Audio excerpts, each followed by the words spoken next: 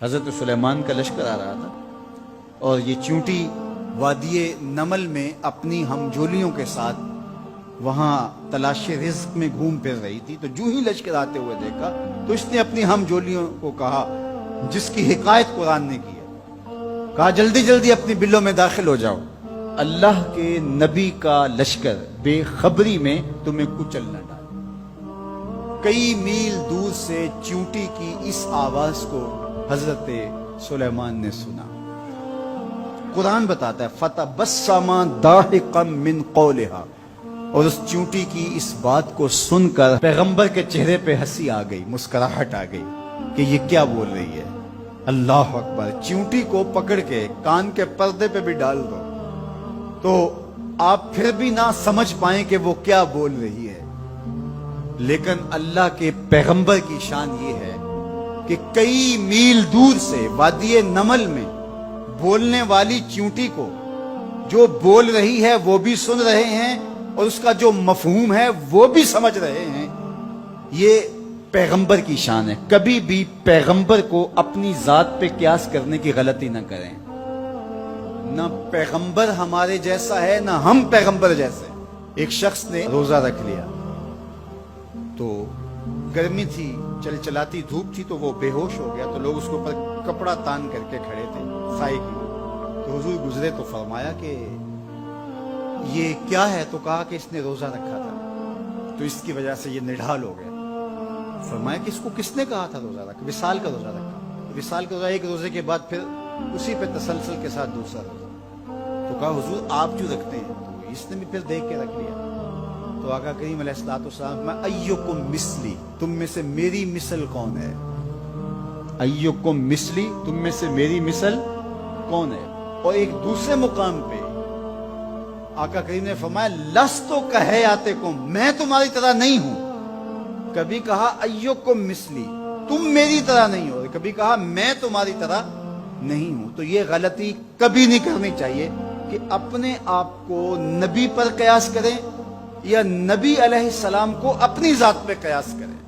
اللہ نے ان کو جو صلاحیتیں، جو شانیں، جو عظمتیں اور جو امتیازات عطا کیے ہیں وہ انہی کا خاصہ ہے. اللہ نے انہی کو ایک الگ شان اور الگ نرالی عظمت عطا فرمائی ہے جو انہی کا مقصود ہے. اب چونٹی کتنے میل دور سے اپنی ہمجولیوں سے بات کر رہی ہے. کوئی حدیث ہو تو ضعیف کہہ کر کے کوئی کہے کہ نہیں میں نہیں سے مانتا، آیت قرآنی ہے. فَتَبَسَّمَ ضَاحِكًا مِّن قَوْلِهَا، چونٹی کی اس بات کو سن کر اللہ کا پیغمبر مسکرانے لگا کہ یہ کیا کہہ رہی ہے. اللہ اکبر. یار حضرت سلیمان علیہ السلام چونٹی کی بات سنیں بھی اور جو وہ کہے اس کو سمجھیں بھی اور اس بات پہ مسکرائیں بھی اور چونٹی بھی کئی میلوں پہ ہو. یہ شان اس پیغمبر کی ہے کہ جو مسجد اقصی میں تیرے نبی کے پیچھے مقتدی بن کے کھڑا ہو. جب مقتدی کی سماعتوں کا یہ عالم ہے تو مقتدا کی سماعتوں کا عالم کیا ہوگا.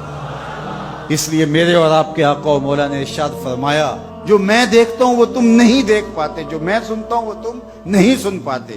تو جب سلیمان علیہ السلام اتنی دور سے چونٹی کی آواز کو سن بھی لیں اور اس کی سرسراہٹ کے مفہوم کو اخذ بھی کر لیں اور اس پہ آپ جو ہے وہ جواب بھی دیں، فَتَبَسَّمَ ضَاحِكًا مِّن قَوْلِهَا، تو پیغمبر چونٹی کی آواز کو سن لے تو مدینے والا امتی کی آواز کو نہیں سننے گا.